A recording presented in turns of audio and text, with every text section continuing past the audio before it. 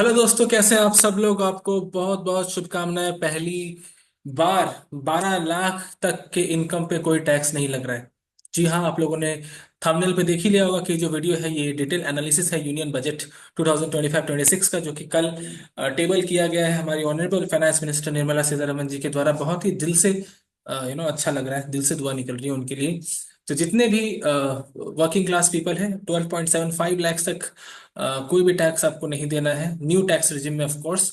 और 12 लाख तक in general कोई भी टैक्स नहीं देना है। तो बहुत ही शानदार सा, मतलब पूरे बजट का जो हाईलाइट है वो तो वो टैक्स वाला ही है ना।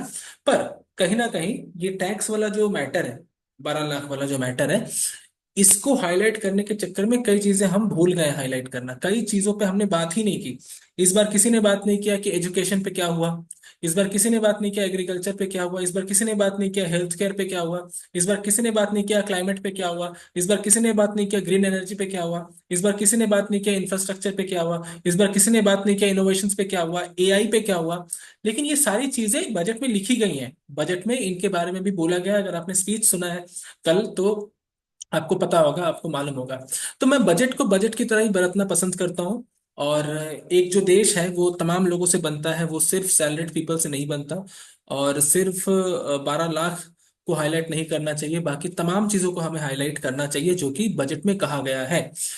तो इसलिए मैंने सोचा क्यों ना बजट पे एक डिटेल एनालिसिस वीडियो आपके लिए ले आऊं। जैसे कि मैंने इकोनॉमिक सर्वे पे एक वीडियो बनाया था, तो ये वीडियो तो बनाना बनता ही था। थोड़ा लेट हूं मैं। लेट इसलिए हूं क्योंकि मैं वो रैट रेस में नहीं रहना चाहता कि हाँ जल्दी जल्दी जल्दी जल्दी बजट पे वीडियो बना दो, चाहे आप कुछ भी बोलो आके। तो मैंने बकायदा जो पीआईबी है, पीआईबी से मैंने डाउनलोड किया है वो बजट का हाईलाइट। और पूरा जो बजट है, जो पूरा फुल बजट जो है वो मैंने अपने टेलीग्राम चैनल पे डाल दिया है। आज दोपहर को आप लोग उसे पढ़ सकते हैं, जाके उसे रीड करें अच्छे से।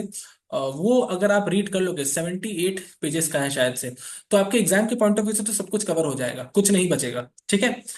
लेकिन अगर आपको एक शॉर्ट क्रिस्प एनालिसिस चाहिए तो उसके लिए हाइलाइट्स पढ़ना जरूरी है। जो हाइलाइट्स पे ही मैं आज ये वाला जो सेशन है वो लूंगा।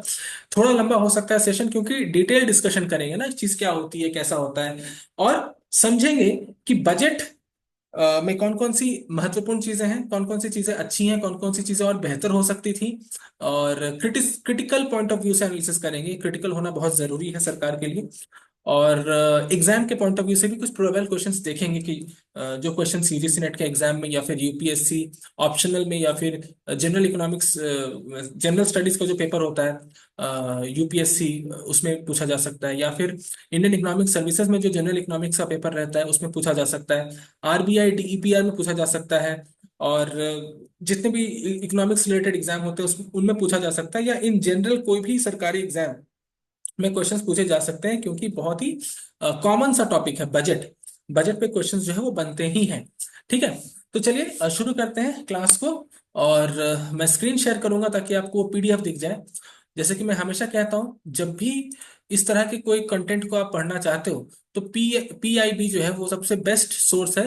प्रेस इंफॉर्मेशन ब्यूरो, ये सबसे ऑथेंटिकेट सोर्स माना जाता है। और जब क्वेश्चन पेपर सेट होते हैं तो उनमें जो ऑप्शंस डिसाइड किए जाते हैं ना, तो वो ऑप्शंस भी पीआईबी के अकॉर्डिंग ही रहते हैं। ओके, तो पीआईबी से ही पढ़िए, ज्यादा बेहतरीन है और ज्यादा काबिल है पीआईबी, ठीक है। तो highlights of the union budget 2025-26 आज हम देखेंगे। इसे कल टेबल किया गया है।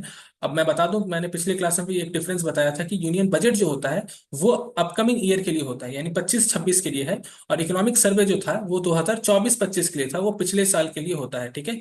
2024-25 के लिए था, वो पुराने साल का होता है, वो रिपोर्ट कार्ड होता है।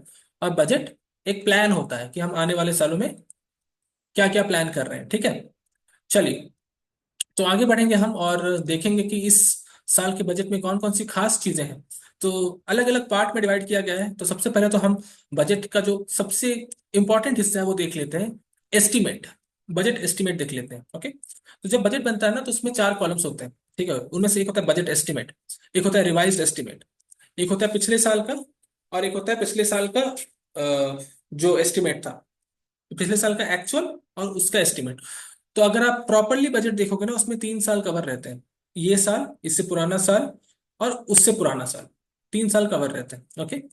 तो 25-26 का एस्टिमेट जो है वो हम देख लेते हैं। तो टोटल रिसिट जो है other than borrowings is estimated to be 34.96 lakh. ये फिगर याद कर लो, डायरेक्ट क्वेश्चन यूजीसी नेट पे आ जाएगा। 34.94 लाख करोड़ ये हमारा टोटल रिसिट है। अब सवाल ये है दोस्तों कि रिसिट होता क्या है। आप लोगों के मन में सवाल होगा कि रिसिट क्या होता है। तो शायद आप लोग के मन में एक अवधारणा है कि रिसिट मतलब इनकम, लेकिन रिसिट का मतलब इनकम नहीं होता है। किसी भी फॉर्म में सरकार के खाते में जो पैसा आ रहा होता है तो उसे हम रिसिट कहते हैं, चाहे किसी भी फॉर्म में आए। फॉर एग्जाम्पल ये आप हो, ठीक है। अब आपके अकाउंट में पैसे आ रहे हैं अलग अलग जगह से। आपकी जॉब से कुछ पैसा आ रहा है, आपके फ्रीलांसिंग से कुछ पैसा आ रहा है। तो ये दोनों आपके इनकम है।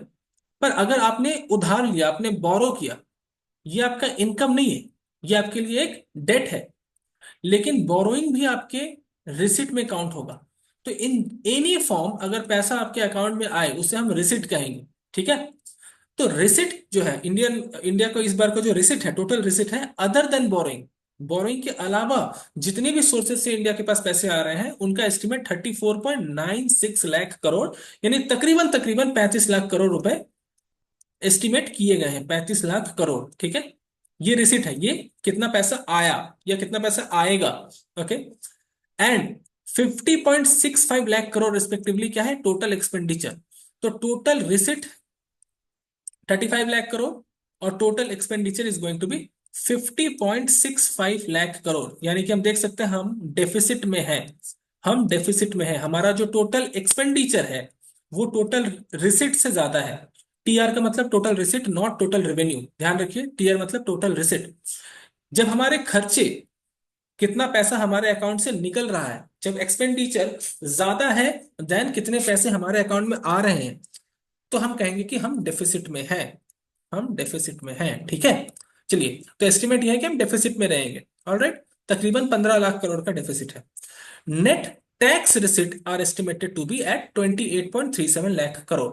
अभी जो टोटल रिसिट है, ये टोटल रिसिट कई तरह के हो सकते हैं, इनमें कई सारे एलिमेंट्स हो सकते हैं। पैसा आना, पैसा कहाँ से आ सकता है। टैक्स के थ्रू कुछ पैसा आता है, नॉन टैक्स के थ्रू कुछ पैसा आता है, कुछ कैपिटल बेचने के बाद पैसा आता है, कुछ कंपनीज को अगर हमने लेट्स से प्राइवेटाइज किया या हमने उसे कोई एसेट हमने बेच दिया, तो उसमें उसके बदले भी तो पैसा मिलेगा ना हमें। तो वो भी एक तरह का पैसा का इनफ्लो है। तो टोटल रिसिट में ये तमाम चीजें होती हैं। पर उन तमाम चीजों में वो जो 35 लाख करोड़ है, उनमें से टैक्स के थ्रू 28.37 लाख करोड़ आ रहा है। 28.37 लाख करोड़ सिर्फ टैक्स के थ्रू आ रहा है। ओके, एक सेकंड रुकिए, थोड़ा पानी पी लूं, क्योंकि बहुत बोलना है अभी। 78 मिनट हमारी फाइनेंस मिनिस्टर ने बोला। तो देखता हूँ मैं उससे ज्यादा बोलता हूँ या उससे कम बोलता हूँ, है ना। देखते हैं। तो 28.37 लाख करोड़ रुपए टैक्स के थ्रू आ रहे हैं हमारे पास। अब इसमें सारे टैक्सेस इंक्लूडेड है, डायरेक्ट टैक्सेस, इनडायरेक्ट टैक्सेस, तमाम तरह के टैक्सेस, सेस, वैट वैट सब इसमें इंक्लूडेड है, ठीक है। चलिए, अभी फिस्कल डेफिसिट पे बात कर लेते हैं। फिस्कल डेफिसिट क्या होता है। तो fiscal deficit is estimated to be at 4.4%। तो हमारा जो एफडी है, एफडी मतलब याद रहे फिस्कल डेफिसिट, ये 4.4% है। एक सेकंड रुक जाइए।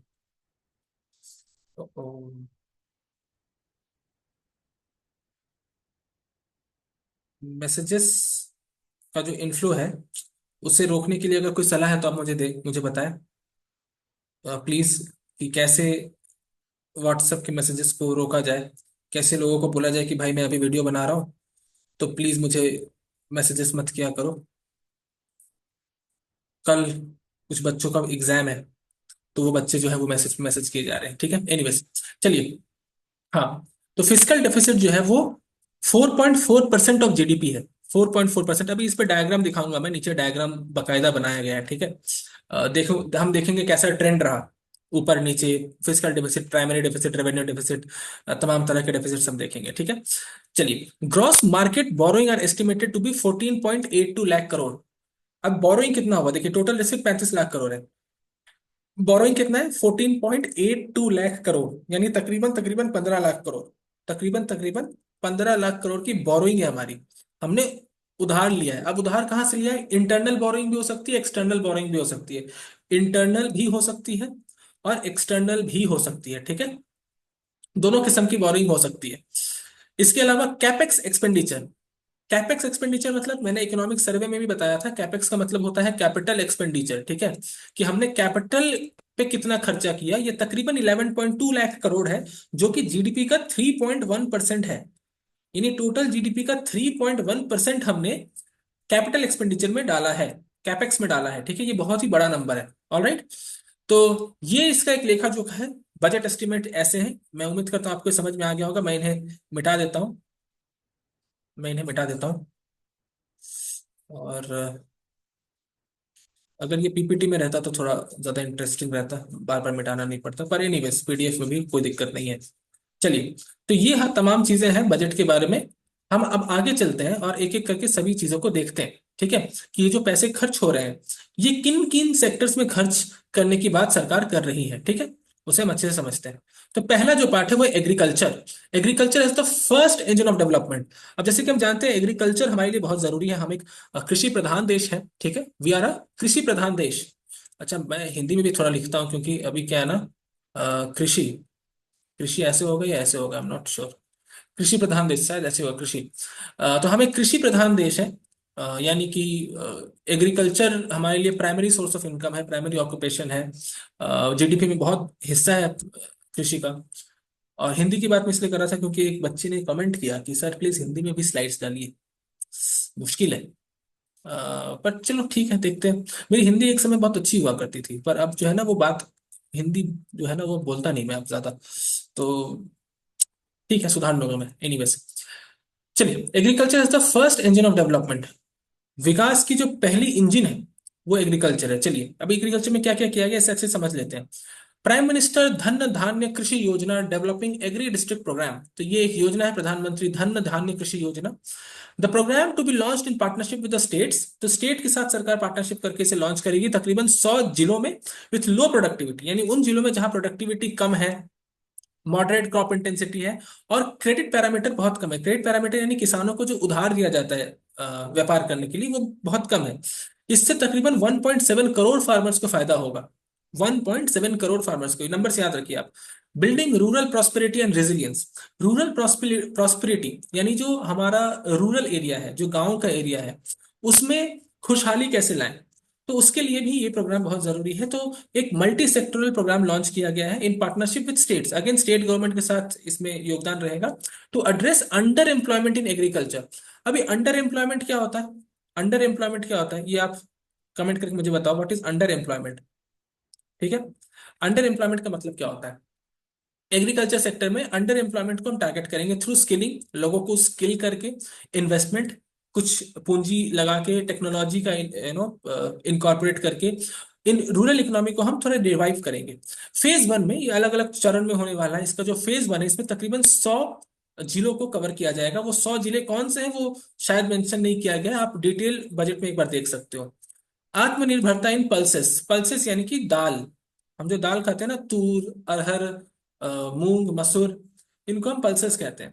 तो सरकार जो है वो एक 6 साल का मिशन फॉर आत्मनिर्भरता इन पल्सेस लॉन्च करने वाली है। अभी आत्मनिर्भर भारत जो योजना है वो तो कोविड के टाइम से हम देख रहे हैं भारत में बहुत ही फेमस हो रही है, बहुत ही चर्चा में है। तो पल्सेस में आत्मनिर्भर बनाने के लिए एक मिशन बनाया गया है जिसमें तुअर दाल, उड़द दाल और मसूर दाल पे फोकस किया जाएगा। बहुत इंपॉर्टेंट क्वेश्चन एग्जाम में सिलेक्टिव क्वेश्चंस के तौर पे आ सकता है कि which of the dal is not selected in the mission for आत्मनिर्भरता इन पल्सेस, ठीक है। तो आज के इस क्लास में मैं आपको दुरुस्त करके भेजूंगा बजट, बजट से कोई भी क्वेश्चन आएगा आप उसको तुरंत अटेंड कर सकते हैं, बस बशर्ते आपको बजट रोज रिवाइज करना है। वीडियो पसंद आ रहा है तो प्लीज वीडियो को लाइक करिए, शेयर करिए अपने दोस्तों के साथ, कमेंट करके बताइए कैसा लगा, और चैनल को सब्सक्राइब करना ना भूले, बहुत जरूरी है, ठीक है। चलिए, तो तुअर दाल, उड़द दाल, मसूर दाल, ये तीन दाल बहुत जरूरी है, ठीक है। NAFED and NCCF to procure this pulses from farmers during the next 4 years, तो अगले 4 साल तक ये जो नफेड और एनसीसीएफ है ये दाल को प्रोक्यूर करेगी, प्रोक्यूर यानी खरीदेगी, okay. Comprehensive programme for vegetables and fruits, अब साथ ही साथ सब्जी और फलों के लिए भी प्रोग्राम लॉन्च किया गया है, और मुझे लगता है कि ये बहुत जरूरी है, क्योंकि सब्जी और फल का जो प्राइस है हमारे कंट्री में वो आसमान छू रहा है। और फल तो हमेशा से महंगे रहे हैं, मिडिल क्लास के लिए फल खाना एक बहुत बड़ा चैलेंज रहा है। पर सब्जियां, सब्जियां कभी कभी इतनी इतनी महंगी हो जाती हैं। टचवुड अभी तो सही चल रहा है प्राइस सब्जियों का, सर्दियों में थोड़ा कमता है प्राइस सब्जियों का। पर जैसे जैसे गर्मी आएगी और जैसे जैसे बरसात आएगा, हम देखेंगे कि सब्जियों का जो प्राइस है वो बहुत ज्यादा ऊपर उठ जाता है। आप थोड़ा थोड़ा दिन वेट कर लो, आप देखोगे टमाटर के प्राइसेस बढ़ने वाले हैं, आप देखोगे धनिया का प्राइस बढ़ने वाला है। तो ये जो चीजें हैं, मुझे बहुत ही लगता था कि हमारे बजट में इसके लिए कुछ होना चाहिए। और मुझे खुशी है कि वेजिटेबल्स एंड फ्रूट्स पे कॉम्प्रिहेंसिव प्रोग्राम बनाए गए हैं to promote production efficient supplies. ये सबसे बड़ा रीजन है, सब्जियों के प्राइस के बढ़ने का सबसे बड़ा रीजन है सप्लाई में कमी आना, और सप्लाई को स्टॉक कर देना। सप्लाई को रिस्ट्रिक्ट कर दिया जाता है, मार्केट में आने नहीं दिया जाता। स्पेशली टमाटर वगैरह, नॉर्थ इंडिया तक जाते जाते टमाटर बहुत महंगा हो जाता है। वो तो मैं बैंगलोर में रहता हूँ, मुझे सस्ता मिलता है क्योंकि कोलार से आता है टमाटर, तो बहुत ही नजदीक है, तो यहाँ प्राइस कम रहते हैं। पर by the time it reaches north of India, east of India, it become so expensive कि इंसान अपने प्लेट में जो सब्जी डाल रहा है उस सब्जी में वो टमाटर नहीं डाल सकता। आज की तारीख में ऐसा हो गया है कि आप सब्जी चावल नहीं खा के आप अंडे चावल खाओ, ज्यादा सस्ता पड़ रहा है आपको, because sabzis are very expensive. Okay, तो एफिशिएंट सप्लाई सप्लाई को इंश्योर करने के लिए processing remunerative prices for farmers to be launched in partnership with state. State के साथ ये पार्टनरशिप करके लॉन्च किया जाएगा, एपीएमसी में उस प्राइस से बेचा जाएगा। ठीक है, चलिए अभी आगे बढ़ते हैं, मखाना पे आते हैं। मखाना पे क्या बात की गई, मखाना इज वेरी इंपॉर्टेंट अगेन। ठीक है, मखाना बोर्ड इन बिहार। अभी कुछ लोग ये भी मजाक कर रहे हैं कि ये जो बजट है, ये भारत का बजट कम और बिहार का बजट ज्यादा लग रहा है। सही बात है, बिहार के बारे में बहुत फोकस किया गया है। दो रीजंस है। एक तो रीजन ये है कि ये जो सरकार बनी है, पॉलिटिकल में मैं नहीं जाना चाहूंगा, मैं इसे बहुत ही एग्जाम सेंट्रिक रखना चाहता हूँ इस वीडियो को। पर तभी मैं बता देता हूँ, ये जो सरकार बनी है इस बार मोदी गवर्नमेंट की, वो नीतीश जी की सपोर्ट से बनी है। तो ऑफकोर्स बिहार हमेशा से फेवर में रहे। मतलब जो लास्ट बजट पेश हुआ था, इंटरिम बजट, उसमें भी बिहार के बारे में बहुत सारी चीजें की कही गई थी, और ऑफकोर्स इस बजट में भी की जाएंगी। और बिहार में इलेक्शंस भी आने वाले हैं। पर ये जो चीज यहाँ लिखा हुआ है ना, मखाना बोर्ड इन बिहार, ये अपने आप में बड़ा ही न्यूट्रल चीज है, क्योंकि ये जरूरी है। अगर आप फेवर करने के इंटेंशन से भी ये कर रहे हो तो मुझे इससे कोई एतराज नहीं है, क्योंकि मखाना बोर्ड इन बिहार होना चाहिए, क्योंकि बिहार मखाना को बहुत ही हाई क्वालिटी में और क्वांटिटी में प्रोड्यूस करता है, और मखाना पूरे दुनिया भर में खाया जा रहा है एज अ स्नैक। और इंडिया को इससे बहुत फायदा हो सकता है। आई थिंक मखाना को जीआई टैग भी मिला होगा, I am not very sure about it. Please एक बार आप लोग कमेंट करो कि क्या मखाना को जीआई टैग मिला है। जीआई यानी ज्योग्राफिक इंडिकेटर टैग, क्या मिला है? तो मखाना बोर्ड एस्टेब्लिश किया जाएगा ताकि मखाना का प्रोडक्शन, प्रोसेसिंग, वैल्यू एडिशन और मार्केटिंग बढ़ सके। अब देखिए, मखाना जो है वो बिहार में काफी दिनों से मिल रहा है। बिहारी लोग मखाना बहुत खा रहे हैं। हम बचपन से, मैं खुद बिहारी हूं, तो मैं बचपन से खुद देखता आ रहा हूँ, मेरे घर में मखाना मखाना क्रेज है मखाना का, ऑल्दो आई डोंट लाइक मखाना। पर बिहार को मखाने, मतलब मखाना स्टेट एज सच कभी पहचाना नहीं गया। हमारे हिंदुस्तान में जितनी भी स्टेट्स हैं उनको उसके पर्टिकुलर खाने से पहचाना जाता है, जो वहाँ पे उपज होती है जिस चीज की। जैसे नागपुर को ऑरेंज के लिए माना जाता है, और तमाम जगहों को तमाम चीजों के लिए माना जाता है, पर बिहार को एज सच पूरे इंडिया में पहचाना नहीं गया मखाने के लिए। यानी कि कहीं ना कहीं मार्केटिंग में दोष है, मार्केटिंग दुरुस्त नहीं है। तो मार्केटिंग भी इंप्रूव की जाएगी जिससे कि मखाना जो है वो फेमस हो सके। और हम भारतीय, चाहे वो नॉर्थ ईस्ट में रह रहे हो, चाहे वो गुजरात में रह रहे हो, चाहे सदर्न इंडिया में रह रहे हो, या चाहे नॉर्दर्न इंडिया में रह रहे हो, उनको पता हो कि हाँ भाई, ये जो मखाना है ये बिहार का है और बिहार का फेमस है। जैसे हम एप्पल खरीदते हैं तो हम पूछते हैं ना कि भाई शिमला का एप्पल है या कश्मीर का एप्पल है, क्योंकि ये दोनों एप्पल बहुत ही फेमस है। तो उसी तरह से मखाना के लिए भी ऐसा होना चाहिए। ठीक है, चलिए, national mission on high yielding seeds. A national mission on high yielding seeds to be launched, aiming at strengthening the research ecosystem, targeted development and propagation of seeds with high yield। high yield यानी कि एक ऐसा seed जिससे उपज ज्यादा हो सके, and commercial availability of more than 100 seed varieties. तो तकरीबन 100 तरह के सीड्स को कमर्शियलाइज करने के लिए हाई यील्डिंग वैरायटी सीड्स में रिसर्च एंड डेवलपमेंट में पैसे लगाए गए हैं। फिशरीज पे आता है, आई थिंक बहुत इंपॉर्टेंट है ये फिशरीज। फिशरीज इंडस्ट्री एक बहुत ही बड़े टफ टाइम से गुजर रही है, तो फिशरीज पे बात करना बहुत जरूरी है। Government to bring a framework for sustainable harnessing of fisheries, जैसे कि मैंने कहा tough time, sustainable harnessing of fisheries. Fisheries ऐसा हो रहा है ना कि वो सस्टेनेबल नहीं है, जिस तरह से फिशिंग की जा रही है, आई डोंट थिंक वो कितना सस्टेन कर पाएगा लॉन्ग रन पे। कितनी मछलियां बचेंगी समुद्र में या नदियों में? तो सस्टेनेबल फिशिंग के लिए ये काम जो है वो बहुत जरूरी था। इसके लिए इंडियन एक्सक्लूसिव इकोनॉमिक जोन बनाया जाएगा, और अंडमान निकोबार एंड लक्षद्वीप आइलैंड पे स्पेशल फोकस किया जाएगा, क्योंकि यहाँ से मछलियों का काफी सप्लाई पूरे भारतवर्ष में जाता है। ठीक है, चलिए आगे बढ़ते हैं। और मिशन फॉर कॉटन प्रोडक्टिविटी। अब आप लोग ध्यान रखिए, ये सारे पॉइंट्स जो है ना, ये आपकी प्रोबेबल क्वेश्चन है यूजीसी नेट के एग्जाम के लिए। ये सारे प्रोबेबल क्वेश्चन है। मैं जब पढ़ा रहा हूँ ना, मेरे मन में तो 4-5 एमसीक्यू बन गए कि मैं अगला वीडियो उस पर ले आऊंगा और उस पर आपको करा दूंगा, ठीक है। देखिए, mission for cotton productivity, a 5-year mission announced to facilitate significant improvement in productivity and sustainability of cotton farming and promote extra long staple cotton varieties। अभी देखिए, भारत जो है ना, वो कॉटन का मैन्युफैक्चरिंग हब हो सकता था। स्पेशली महाराष्ट्र वाला जो एरिया है, जो कोस्टल एरिया है, वो परफेक्ट है कॉटन मैन्युफैक्चरिंग के लिए। वहां पे जोग्राफिकल कंडीशंस, लेबर कंडीशंस, ये तमाम चीजें बिल्कुल अलाइन होती हैं कॉटन के मैन्युफैक्चर। सॉइल सॉइल भी कॉटन के मैन्युफैक्चरिंग के लिए बिल्कुल अलाइन होती है। जो वेदर है, वो स्ट्रॉन्ग थ्रेड्स बनाते हैं कॉटन के। और कॉटन टेक्सटाइल इंडस्ट्रीज इससे फ्लरिश कर सकता है। तो जिसे हम कहते हैं एग्रो बेस्ड इंडस्ट्रीज, यानी एग्रीकल्चर के आउटपुट को हम इंडस्ट्रीज के इनपुट के तौर पे देखेंगे। एग्रो बेस्ड इंडस्ट्रीज जो है वो काफी फ्लरिश कर सकती हैं। तो इसे सस्टेनेबल बनाना बहुत जरूरी है। एक समय ऐसा था जब महाराष्ट्र को मैनचेस्टर ऑफ द ईस्ट कहा जाता था, क्योंकि यहाँ पे इतना कॉटन बनता था। ओके, तो आई थिंक इस पे फोकस करना बहुत जरूरी है। और अगर ये होता है तो अगेन हमारे लिए एक वैश्विक पहचान हो सकती है, ठीक है। Enhanced credit through KCC. Okay, KCC क्या है? ये आई थिंक किसान क्रेडिट कार्ड स्कीम है। इस किसानों के लिए निकाला गया था। तो इसका जो लोन लिमिट है, इसे 3 लाख से बढ़ा के 5 लाख कर दिया गया है। तो पहले इसका जो लोन लिमिट था, किसान भाई लोग जो है वो केसीसी से 3 लाख का लोन ले सकते थे, पर अब वो 5 लाख तक का लोन ले सकते हैं। इसके अलावा यूरिया प्लांट इन असम, तो मेरे असम भाई बंधुओं के लिए बहुत ही इंटरेस्टिंग खबर है। A plant with annual capacity of 12.7 LMT, lakh metric tons, to be set up in Namrup Assam. तो असम में एक बहुत ही बड़ा यूरिया प्लांट बनने वाला है। अब यूरिया प्लांट क्यों जरूरी है? तो देखिए, बजट जो है ना वो हवा में नहीं बनता। एक तरफ आप बोल रहे हो कि आप वेजिटेबल, फ्रूट्स, इन सब के प्रोडक्शन को एनहेंस करोगे, तो यूरिया तो लगेगा, क्योंकि ये सबसे मेन एलिमेंट है फर्टिलाइजर में। तो इसलिए urea is again very important है। ऑल राइट, चलिए आगे बढ़ते हैं। अब हम आते हैं अपने सेकंड इंजन में। ये हमने एग्रीकल्चर पढ़ लिया, एग्रीकल्चर कवर कर लिया। अब हम आते हैं अपने सेकंड इंजन में, ठीक है। सेकंड इंजन क्या है? एमएसएमई। इकोनॉमिक सर्वे बताने समय भी मैंने बोला था कि एमएसएमई का ताकत बहुत ज्यादा है और इंडिया में एमएसएमई पे फोकस होना चाहिए, ठीक है।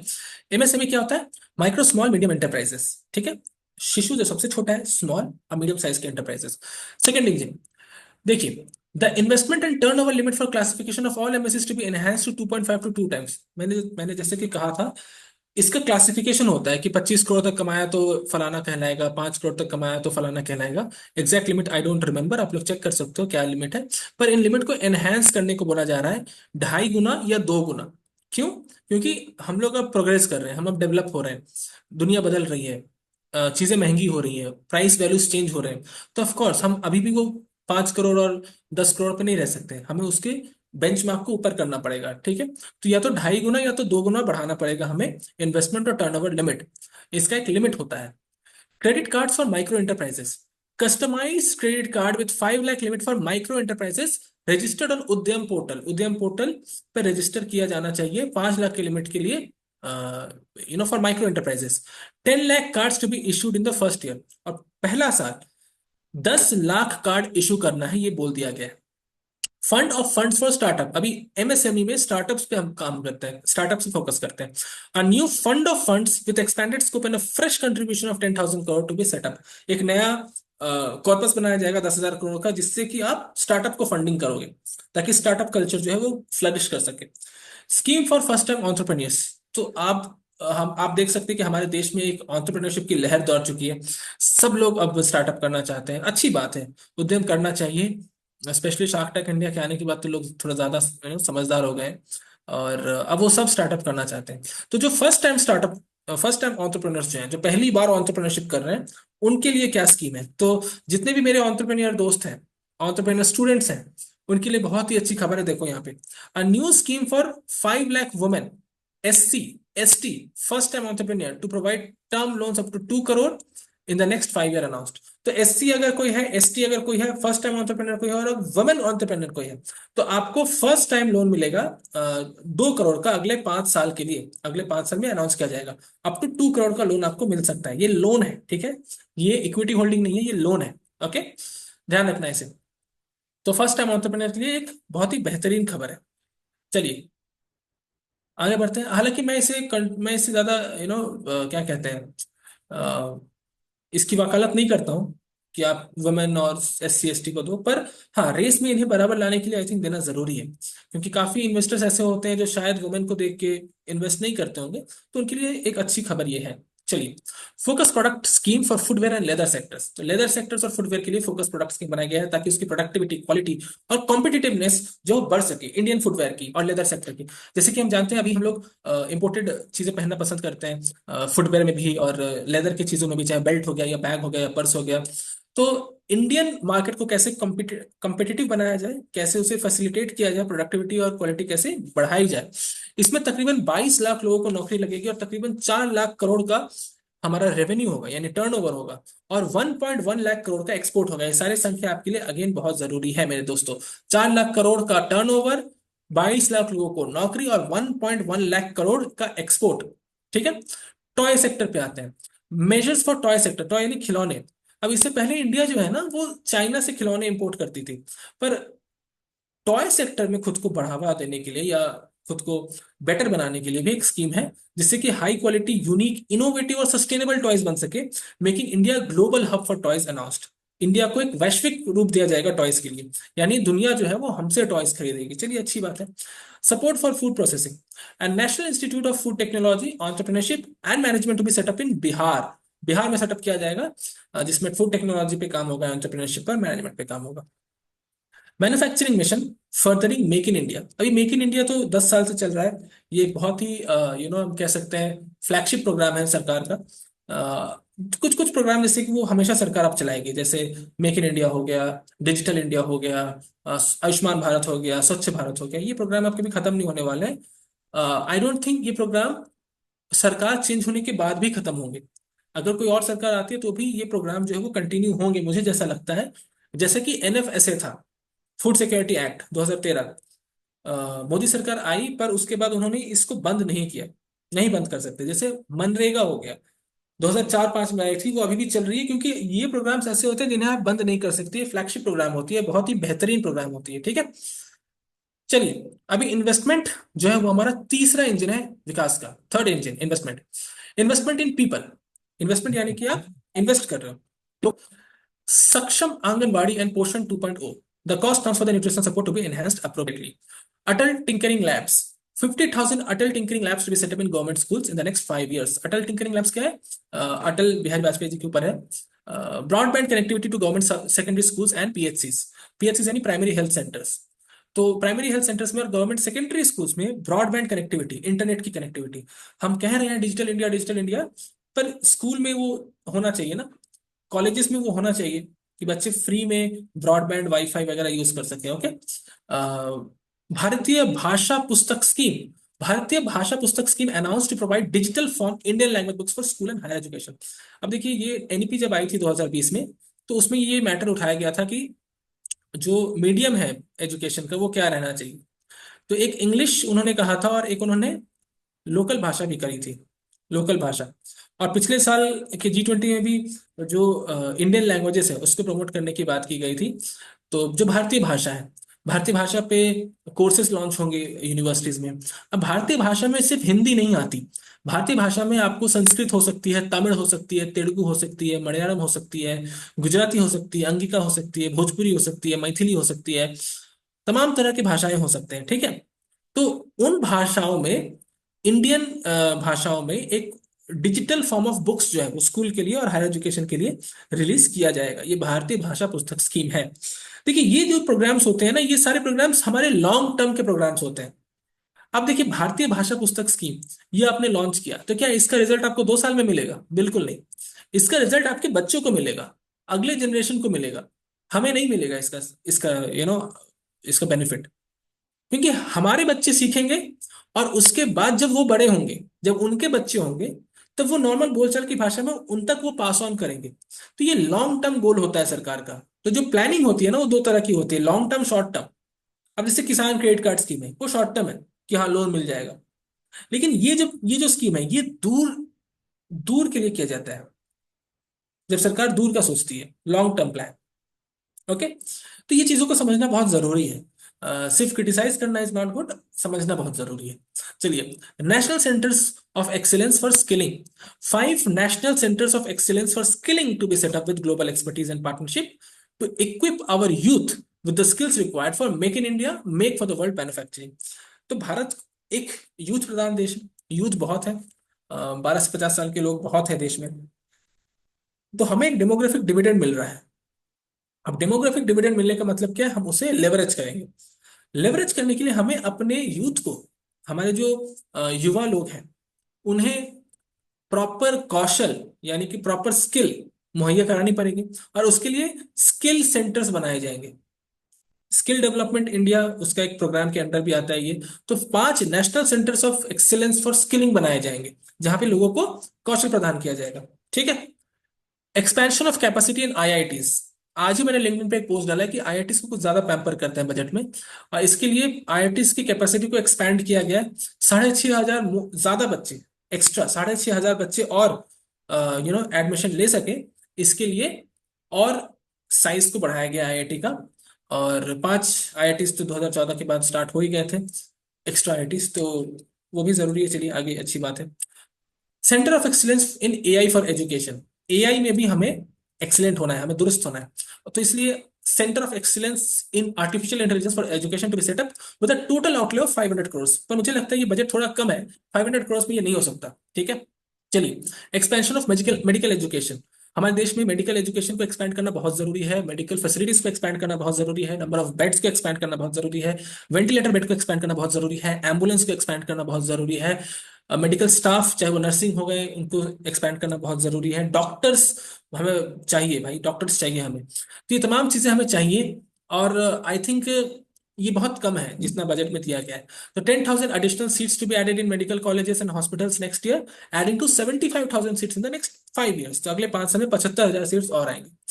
चलिए, day care centre, day care cancer centres in all district hospital. तो गवर्नमेंट जो है वो डे केयर कैंसर सेंटर बनाएगी ऑल डिस्ट्रिक्ट हॉस्पिटल में अगले 3 साल में। तकरीबन 200 सेंटर बनाने का प्रोग्राम है। Strengthening urban livelihood. तो जो अर्बन लोग हैं, जो शहर में रहते हैं, उनका जो लाइवलीहुड है यानी स्टैंडर्ड ऑफ लिविंग है, जो वे ऑफ लिविंग है, उससे कैसे स्ट्रेंथन किया जाए, मजबूत किया जाए। क्योंकि अर्बन सेक्टर में देखिए महंगाई बहुत है। अभी एक रिसेंट रिपोर्ट आई थी, गुड़गांव में एवरेज 4 करोड़ का फ्लैट जा रहा है, अब पुणे में 0.7 करोड़ का ऑन एन एवरेज। और इसके बीच रेंज है, गुड़गांव, नोएडा, बैंगलोर, मुंबई सब आता है इसमें, कोलकाता वगैरह सब आता है। तो अर्बन सिटी में रहना, अर्बन सिटी के महंगे बढ़ते महंगाई के साथ आपके इनकम लेवल का बढ़ना, ये एक बहुत बड़ा चैलेंज हो गया है अर्बन वालों के लिए। ठीक है। तो इसे कैसे अपलिफ्ट किया जाए। तो सोशो इकोनॉमिक अपलिफ्टमेंट के लिए उनके इनकम को, अर्बन वाले लोगों के इनकम को इंप्रूव करने के लिए, सस्टेनेबल बनाने के लिए प्रोग्राम्स लॉन्च किया गया है। और ये जो 12 लाख वाला सीन है कि 12 लाख तक कोई टैक्स नहीं लगेगा, ये इसके अंडर ही आता है। 12 लाख तक के लोगों को अगर आप टैक्स नहीं लगाओगे, यानी आप क्या कर रहे हो, आप एक तरह से उनका जो पर्सनल डिस्पोजेबल इनकम है वो बढ़ा रहे हो, पीडीआई। पर्सनल डिस्पोजेबल इनकम बढ़ेगा यानी आप पब्लिक के पॉकेट में ज्यादा पैसा डाल रहे हो। जब आप ज्यादा पैसा डालोगे यानी परचेसिंग पावर जो है वो आप बढ़ाना चाहते हो मिडिल क्लास की। और मिडिल क्लास में भी खास तौर पे वो मिडिल क्लास जो 12 लाख से कम कमाते हैं, और वो एक मेजर चंक है जो 12 लाख से कम कमा रहे हैं। ठीक है। तो आप परचेसिंग पावर बढ़ा रहे हो, तो यानी कि वो अब ज्यादा परचेस करेंगे गुड्स एंड सर्विसेज में, ज्यादा चीजें खरीदेंगे, और इससे हमारा जो जीडीपी है वो बढ़ेगा, हमें बूस्ट मिलेगा। शॉर्ट रन में ये होने वाला है, ये बहुत ही भयानक तरीके से होने वाला है और अच्छा है एक्चुअली। इससे हमें स्टॉक मार्केट पे भी असर दिखेगा, और स्टॉक मार्केट भी इंप्रूव करता हुआ नजर आएगा हमें आने वाले कुछ समय में। तो जितने भी कंज्यूमर गुड्स हैं, एफएमसीजी हैं, ये तो इसका तो मतलब बढ़ने ही वाला है। क्योंकि 12 लाख से कम कमाने वाले जो पब्लिक है ना, वो सॉलिड कंज्यूमर बेस्ड पब्लिक है, उपभोक्ता जिसे हम कहते हैं। इनका इनकम जब एक एक रुपए बढ़ जाता है ना, एमपीसी इनका बहुत हाई होता है। इनका जो एमपीसी है, marginal propensity to consume, it is always on the higher side. यानी इनका जब 1 रुपए इनकम बढ़ता है, ये ज्यादा से ज्यादा पैसे खर्च करते हैं, कंज्यूम करते हैं। तो बहुत ही समझदारी वाला स्कीम है कि 12 लाख तक को टैक्स फ्री कर दो, उनके पास पैसा रहेगा, वो खर्च करेंगे, और खर्च करेंगे तो इकोनॉमी को बूस्ट मिलेगा। अच्छी बात है। इसके साथ साथ मनी सप्लाई को कंट्रोल कर लो आप, इसके साथ साथ आप इन्फ्लेशन टारगेटिंग को ठीक ठाक देख लो 4% पे। तो आई थिंक एक बहुत ही बढ़िया जोड़ा बनता है, और एक बहुत ही बढ़िया इक्वेशन बनता है। ठीक है, चलिए।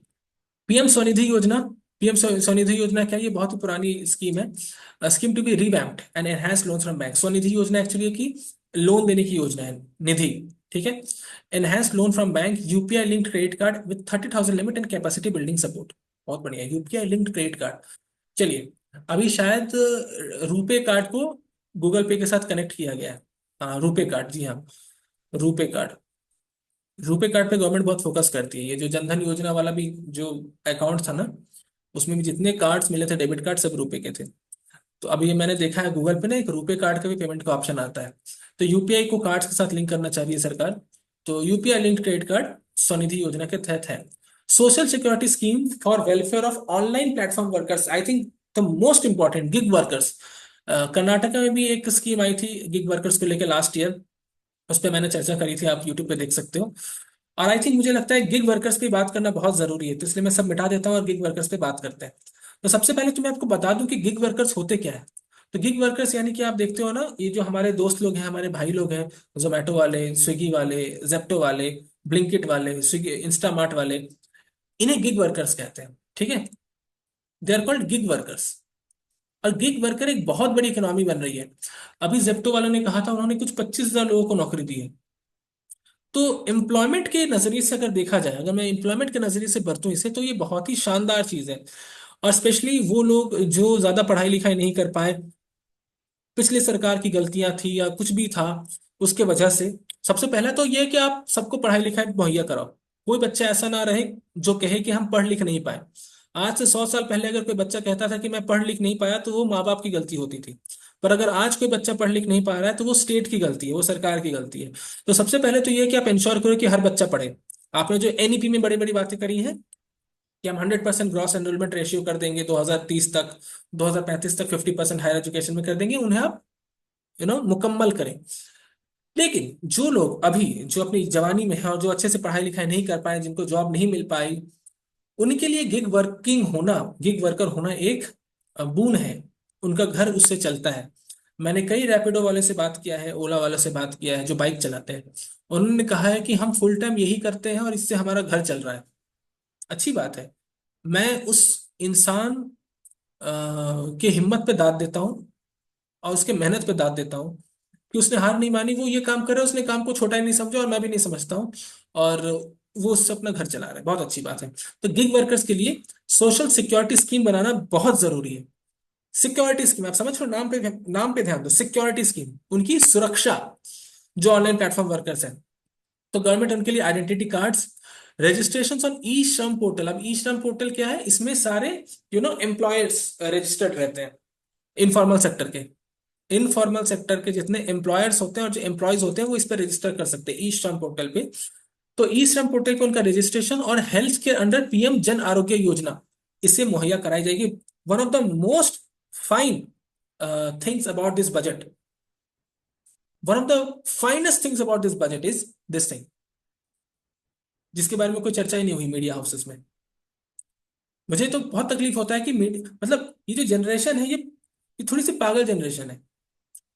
इसे हवा करने में बड़ा मजा आता है, ट्रेंड में लाने में चीजों को बड़ा मजा आता है। चलो ट्रेंडिंग चल रहे हैं, इसी पे सब रील्स बनाते हैं। क्या करना है यार, कुछ काम का काम कर लो।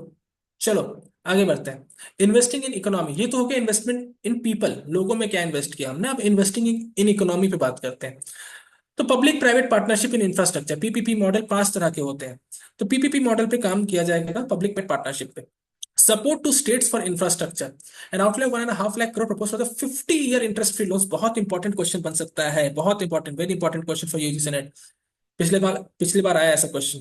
तो 1.5 लाख करोड़ जो है प्रपोज किया गया 50 ईयर इंटरेस्ट फ्री लोन के लिए, कैपिटल एक्सपेंडिचर पे। Asset monetisation, second plan for 2025-30 to plough back capital of 10 lakh crore in new projects announced. इसके अलावा एक और फ्लैगशिप प्रोग्राम सरकार का, जेजेएम, जल जीवन मिशन, इसे एक्सटेंड कर दिया गया 2028 के लिए। यानी इसमें इसका एक नया ये आ जाएगा, वर्जन आ जाएगा, 3.0, 4.0, 5.0, पता नहीं कौन सा है, लेकिन एक नया वर्जन ऐसे एक्सटेंड किया गया, ठीक है। जैसे अपना वो वाला प्रोग्राम है ना, KVY, PMKVY, उसका 4.0 आ गया था पिछले साल, तो अभी 5.0 देखते हैं उन्होंने किया है कि नहीं। PMKVY, कौशल विकास योजना, पिछले पिछले बजट में 4.0 लिखा था, यानी वो चौथा था वो रिवाइज फॉर्म। अगर उन्होंने इसे एक्सटेंड किया है PMKVY को, कौशल विकास योजना को, तो वो 5 है। चलिए, urban challenge fund, an urban challenge fund of 1 lakh crore announce to implement proposals for cities as growth hubs, creative redevelopment of cities and water and sanitation allocation of 10,000 crore. और मुझे लगता है बहुत जरूरी है, मैं बैंगलोर में रहता हूँ, मैं जानता हूँ कि इस सिटी को रिवैम्प करना कितना जरूरी है, रीडेवलप करना। आए दिन यहाँ पे पानी की प्रॉब्लम हो जाती है, वेदर अभी क्लाइमेट खराब हो रहा है, और क्या कहते हैं, नदियां जो लेक है यहाँ पे, लेक इतने सारे सूख गए हैं, उस पे बिल्डिंगें बना दी गई हैं। तो मुझे लगता है ये बहुत जरूरी है, अर्बन चैलेंज फंड। और बैंगलोर तो मैं ग्राउंड देखता हूँ, ग्राउंड रियलिटी देखता हूँ, इसके अलावा जितने भी अर्बन सिटीज हैं, मैंने गुड़गांव के बारे में भी सेम सुना है, बारिश होती नहीं है कि गुड़गांव डूब जाता है। तो आई थिंक इन सिटीज को रिवैम्प करने के लिए भी एक बहुत ही जरूरी और बहुत ही अ, अहम कदम है ये। आगे बढ़ते हैं। न्यूक्लियर एनर्जी मिशन फॉर विकसित Bharat, amendments to the Atomic Energy Act and civil liability for nuclear damage to be taken up. Nuclear energy mission for research and development of small modular reactors with an outlay of 20,000 crore to be set up. Five indigenously developed SMRs to be operational by 2033. Factual चीजें याद कर लो।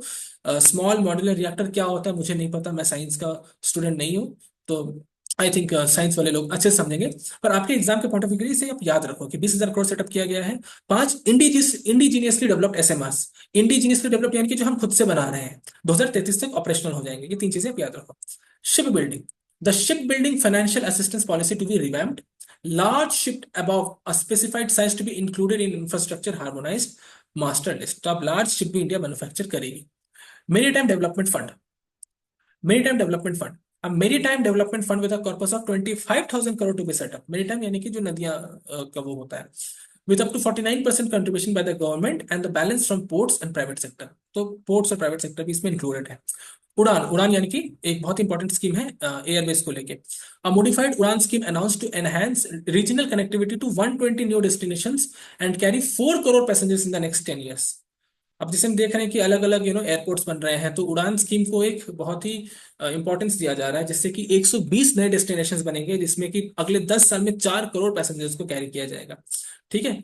Also to support helipads and smaller airports in hilly aspirational and north east region districts. तो जो हिली districts हैं, जो north east region districts हैं, और जो एस्पिरेशनल डिस्ट्रिक्ट है।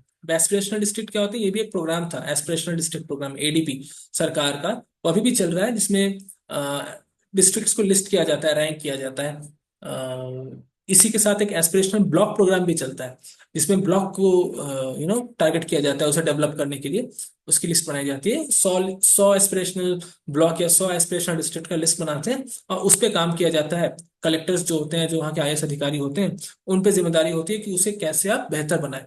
आई थिंक पिछले साल टीना डाबी को इसके लिए अवार्ड मिला था। राजस्थान में एक डिस्ट्रिक्ट है, एस्पिरेशनल डिस्ट्रिक्ट में बहुत बढ़िया परफॉर्म किया था उसने। ठीक है। चलिए, ग्रीनफील्ड एयरपोर्ट इन बिहार, ये तो मैंने सुना भाषण में जो स्पीच दे रही थी वो। बिहार में ग्रीनफील्ड एयरपोर्ट अनाउंस किया गया है, in addition to the expansion of the capacity of Patna airport and a brownfield airport at Bihta. तो पटना एयरपोर्ट में और बिहता, पटना एयरपोर्ट में ग्रीनफील्ड है, और बिहता में ब्राउनफील्ड एयरपोर्ट है। Western Koshi canal project in Mithilanchal, again Bihar, Bihar में बहुत फोकस किया गया है। तो फाइनेंशियल सपोर्ट किया जाएगा वेस्टर्न कोसी कैनाल को, जो बिहार में बन रहा है। Mining sector reform, a policy for recovery of critical minerals from tailings to be brought out. इसके अलावा आगे बढ़ते हैं।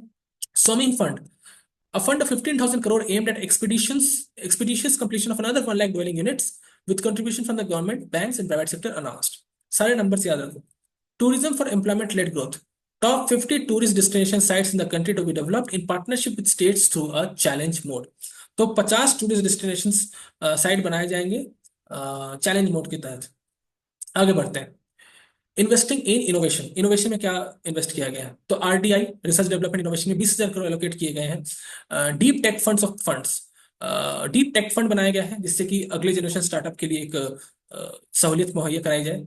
PM research fellowship, 10,000 fellowship for technological research in IITs आईआईएससीज, जैसे कि मैंने कहा इस पे बहुत फोकस करते हैं। 80,000 का स्टाइपेंड मिलता है इन लोगों को पीएम रिसर्च फेलोशिप में, बशर्ते आपको 8 सीजीपीए स्कोर आया हो आपके मास्टर्स में, ठीक है। Gene bank for crops germ, second gene bank ये होता है जहाँ पे जीन्स रहते हैं, जेनेटिक वाली चीजें। With 10 lakh germplasm lines to be set up for future food and nutritional security. तो इन्हें हम स्टोर कर रहे हैं ताकि हम भविष्य में फ्यूचर भविष्य में जो फूड है और फूड सिक्योरिटी उसे हम मेंटेन कर सकें। National geo spatial mission, national geo spatial mission announce to develop foundational geo spatial infrastructure and data. Gyan Bharatam mission, a Gyan Bharatam mission for survey documentation and conservation of our manuscript heritage. हमारी जो manuscript है उन्हें conserve करने के लिए ये scheme बनाया गया है। जो एकेडमिक इंस्टीट्यूशन, म्यूजियम, संग्रहालय, पुस्तकालय, लाइब्रेरीज और प्राइवेट कलेक्टर्स के पास है, to cover more than 1 crore manuscripts announced. तो आई थिंक मुझे लगता है बहुत जरूरी है ये। इसका एक एग्जांपल है, पुणे में एक इंस्टीट्यूट है, बोरी, I think Bhandarkar oriental research institute, वहां पे ओरिजिनल महाभारत रखा हुआ है और वही है सिर्फ। तो बोरी का हम शुक्रगुजार हैं कि उन्होंने इतनी बढ़िया टेक्स्ट को कंजर्व करके रखा है। और महाभारत तो I think the best thing ever written is Mahabharata. और उसे कंजर्व करना बहुत बड़ी जिम्मेदारी है, बहुत बड़ी जिम्मेदारी, तो बोरी को सलाम है। आगे बढ़ते हैं। Exports as the fourth engine of development, चौथा इंजन क्या डेवलपमेंट का? एक्सपोर्ट। एग्रीकल्चर देखा हमने, इन्वेस्टमेंट देखा और तमाम चीजें देखी, और ये फोर्थ इंजन क्या है? डेवलपमेंट। ओके, इसके पहले क्या था? पहला हमने देखा एग्रीकल्चर, पहला इंजन। दूसरा इंजन किसे बनाया है? दूसरा इंजन क्या था भाई? दूसरा इंजन एमएसएमई, हाँ। तो चलिए एक्सपोर्ट्स पे देखते हैं क्या है। तो Bharat trade net, BTN, for international trade to be set up as a unified platform. तो हम इंटरनेशनल ट्रेड ना, वो जैसे हम यूपीआई करते हैं उसी तरह से बीटीएन से हम कर सकते हैं। National framework for GCC, global capability centre कहते हैं जीसीसी को। तो इसके लिए एक नेशनल फ्रेमवर्क फॉर्मुलेट किया गया है जिससे कि टीयर 2 सिटीज में जीसीसी को प्रमोट किया जा सके। Reform as fuel, financial sector reform and development. FDI यानी फॉरेन डायरेक्ट इन्वेस्टमेंट, कि बाहर से कितना इन्वेस्टमेंट हमारे कंट्री में आ रहा है। तो एफडीआई लिमिट जो इंश्योरेंस सेक्टर का है उसे 74% से 100% कर दिया गया है for those companies which invest in entire premium in India. जो अपने पूरी प्रीमियम इंडिया में इन्वेस्ट करती है उसके लिए एफडीआई को 74 से 100% कर दिया गया। अभी जो एफडीआई होता है ना, समझ लो ये एक सर्टेन परसेंटेज में ही होता है।